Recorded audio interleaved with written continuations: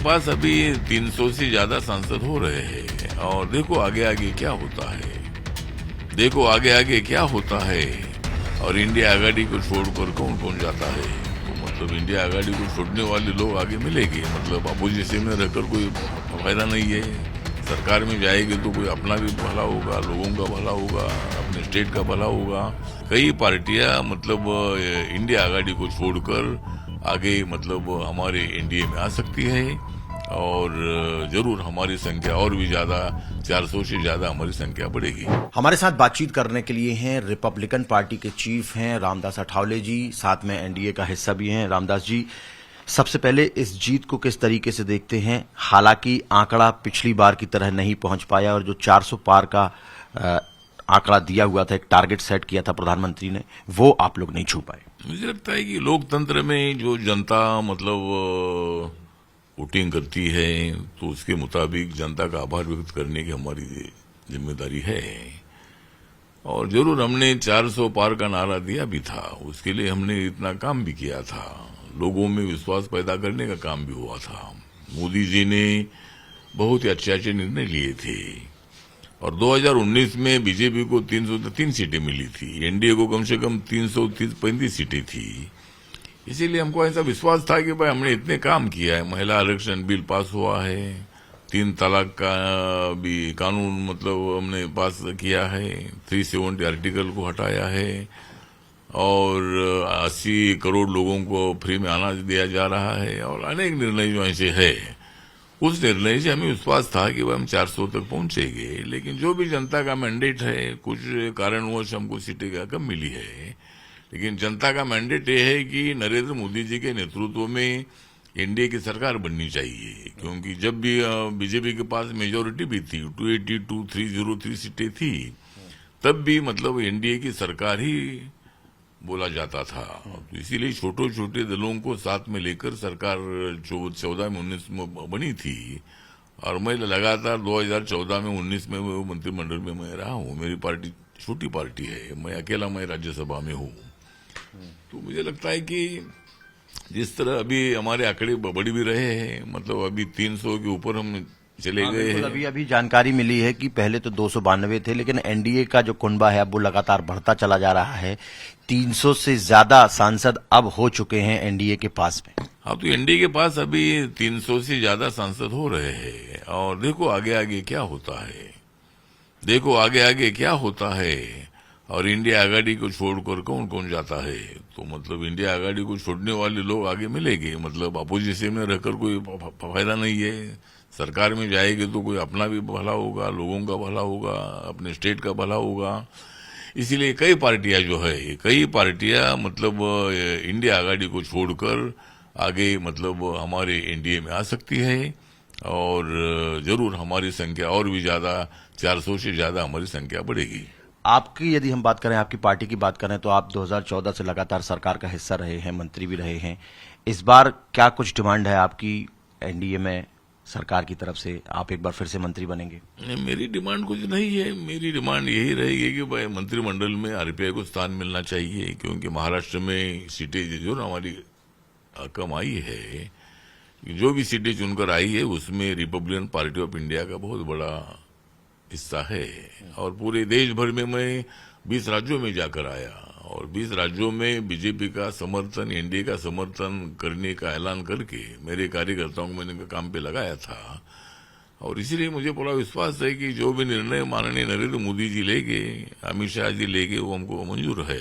तो जरूर मतलब मेरा विचार किया जा सकता है। मैं महाराष्ट्र से बिलोंग करता हूँ। मैं 8 साल माननीय मोदी जी के सरकार में मैं एमओएस रहा हूँ और इसीलिए मुझे जरूर जो भी जिम्मेदारी दी जाएगी वो जिम्मेदारी मैं निभाने के लिए तैयार हूँ।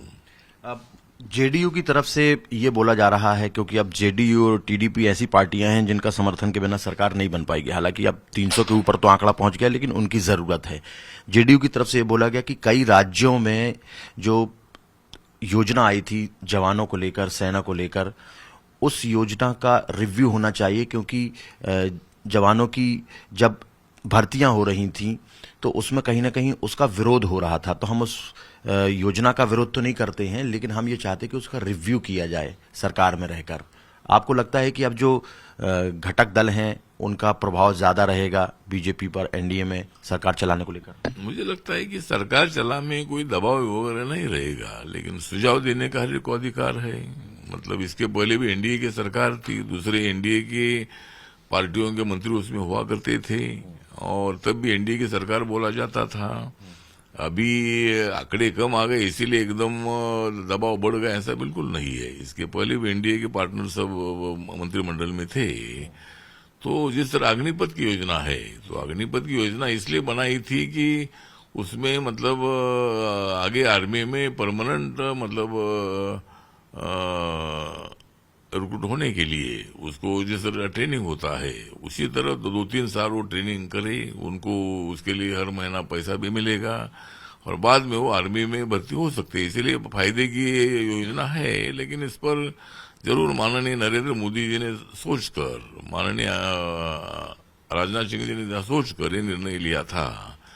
तो जिस तरह अगर उनकी बात है कि भाई इस पर विचार होना चाहिए, तो जरूर सरकार उस पर बहस करेगी, चर्चा करेगी, उसमें क्या बदलाव हो सकता है उसके बारे में विचार। आपको क्या लगता है कि जिस तरीके से पहले 2 टर्म्स में मोदी जी ने बड़े बड़े निर्णय लिए, कठोर निर्णय लिए, इस बार की सरकार में भी उतने बड़े और कठोर निर्णय ले पाएंगे वो? हाँ, मुझे लगता है कि जिस तरह इसके पहले भी उन्होंने निर्णय लिए हैं उसी तरह अभी भी बड़े बड़े निर्णय हो जाएंगे। अच्छे निर्णय के लिए कोई विरोध करने का विषय आता नहीं है। और जिस तरह मतलब चंद्रबाबू नायडू जी है आदरणीय और नीतीश कुमार जी है, उनके पास 16 मेंबर ऑफ पार्लियामेंट है चंद्रबाबू के पास, 12 एमपी नीतीश कुमार जी के पास है, तो उनके कारण ही अपने को मेजोरिटी मिली, बात सही है। लेकिन जो अच्छे निर्णय होंगे उसके लिए वो भी सपोर्ट करेंगे और नरेंद्र मोदी जी उतनी ताकत से काम करेंगे जिस तरह वो मतलब 14 और 19 के टर्म में उन्होंने काम किया है, उसी तरह डैशिंगली वो काम करेंगे और उसको हमारी सब एनडीए की पार्टियां उनको सपोर्ट करती रहेगी और निर्णय अच्छे हो जाएंगे। आप उत्तर प्रदेश भी गए थे, उत्तर प्रदेश में भी तमाम जगहों पर आपने प्रचार किया एनडीए के लिए, पार्टी के लिए। पीडीए का जो फॉर्मूला था अखिलेश यादव का वो काम कर गया, ऐसा कह रहे हैं, पिछड़ा, दलित और अल्पसंख्यक। तो आपको लगता है कि वो फॉर्मूला काम कर गया और राम मंदिर का फॉर्मूला काम नहीं किया? क्योंकि अब विपक्ष के लोग बोल रहे हैं कि राम जी ने तो इनको अयोध्या ही हरा दिया। नहीं, मुझे लगता है कि अयोध्या हरा दिया उसका कारण ये है कि वह वहां जो थोड़ा जातिगत समीकरण है, जाति के समीकरण के माध्यम से बीजेपी की सीट हार गई है। वो अयोध्या में राम मंदिर बना, ये पूरे देश भर में हिंदू समाज में बहुत बड़ी खुशी की बात है, वर्ल्ड में खुशी की बात है। लेकिन जिस तरह मतलब अयोध्या की सीट हारी है उसमें जाति का कॉम्बिनेशन थोड़ा सा उसमें डिफिकल्टी में आ गया और वहां शेड्यूल कास्ट का कैंडिडेट दिया था, तो शेड्यूल कास्ट के कैंडिडेट देने से शेड्यूल कास्ट का भी पूरा वोट मिला, माइनॉरिटीज का भी वोट मिला, ओबीसी का भी वोट मिला, उससे वो सीट चुनकर आई है। जो भी ये इनके जो 38 सीट और सपा की और बाकी जो कांग्रेस की सीट आई है उसमें भी मतलब ये जो जातियों का जो जोड़ तोड़ है ये ज्यादा इफेक्टिव रहा है। और जरूर मतलब हमें उत्तर प्रदेश में 70 के ऊपर सीटें मिलने की आशा थी, हमारा प्लानिंग था कि 70 से ऊपर हमें सीटें मिलेगी, लेकिन ऐसा हुआ नहीं। कुछ सीटों पर मतलब 32 सीटों पर ही 32 सीट पे बीजेपी की और मतलब 32 सीटों पर ही हमको समाधान मानना पड़ा है। लेकिन ठीक बात है, जो भी निर्णय आए हैं, लेकिन आगे हम इसमें सुधार करेंगे और इसका कारण क्या है इतनी सीटें हारने का, उस पर भी थोड़ा अंतर्मुख होकर हम विचार करेंगे और उसमें सुधार करने का काम जरूर होगा। एक और अंतिम सवाल जानना चाहता हूं, महाराष्ट्र से आप आते हैं, महाराष्ट्र में ऐसा क्या हुआ जिसके चलते वहां पर एनडीए की स्थिति खराब हुई? महाराष्ट्र में स्थिति खराब होने का सबसे बड़ा कारण यह है कि वहाँ जो संविधान बदलेंगे इसी तरह की चर्चा बहुत बड़ी संख्या में बहुत बड़े तरीके से लोगों के सामने रखने का काम किया कि ये सत्ता में आएंगे, मोदी जी सत्ता में आएंगे तो ये संविधान बदलेगी, मोदी जी सत्ता में आएंगे तो आरक्षण निकालेंगे, मोदी सत्ता में आएंगे तो लोकतंत्र धोखे में आ जाएगा, इसी तरह की बयानबाजी उन्होंने की। लेकिन मैं उनको सवाल पूछना चाहता हूं कि आपने बोला कि मोदी जी आने के बाद ये होगा वो होगा, लेकिन मोदी जी ने तो संविधान मजबूत किया था, मोदी जी ने तो आरक्षण दे दिया था, किसी कोई भी आरक्षण को धक्का नहीं लगेगा आश्वासन दिया था। इतना ही नहीं तो मोदी जी ने 10% आरक्षण इकोनॉमी वीकर सेक्शन को दिया है, तो आरक्षण निकालेंगे इसी तरह के बहस में बिल्कुल तथ्य नहीं था। लेकिन समाज में गुमराह पैदा करने का काम मतलब इंडिया आघाड़ी की तरफ से हुआ और इसीलिए महाराष्ट्र में हमें बहुत बड़ा नुकसान हुआ।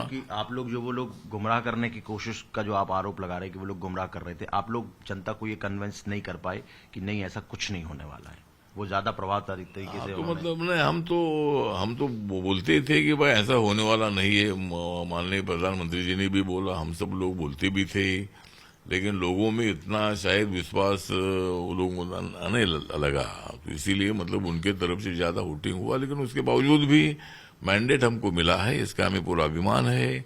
और तीसरी बार 2 बार एनडीए की सरकार थी, उसी तरह तीसरी बार एनडीए की सरकार बन रही है और इसमें कोई दिक्कत नहीं है। नरेंद्र मोदी जी को निर्णय लेने में बिल्कुल दिक्कत नहीं है, उतने ही बहादुरी से काम करते रहेगी। 5 साल पूरी चलेगी सरकार, और सरकार 5 साल चलेगी, 5 साल तो चलेगी, लेकिन और भी 5 साल चलेगी। मतलब सरकार ये तो 5 साल चलेगी। अभी तो हम अंतर्मुख होकर विचार करेंगे कि भाई सीटें कम क्यों हो गई है।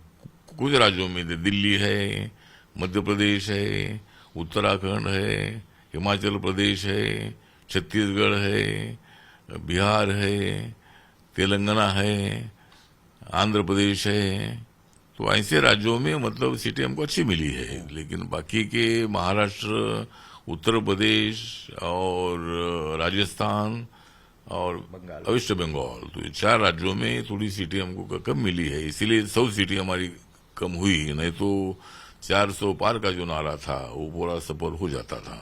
बहुत बहुत धन्यवाद हमारे साथ बातचीत करने के लिए। विलयनेस संजय खान के साथ हिमांशु तिवारी, टाइम्स नानो भारत।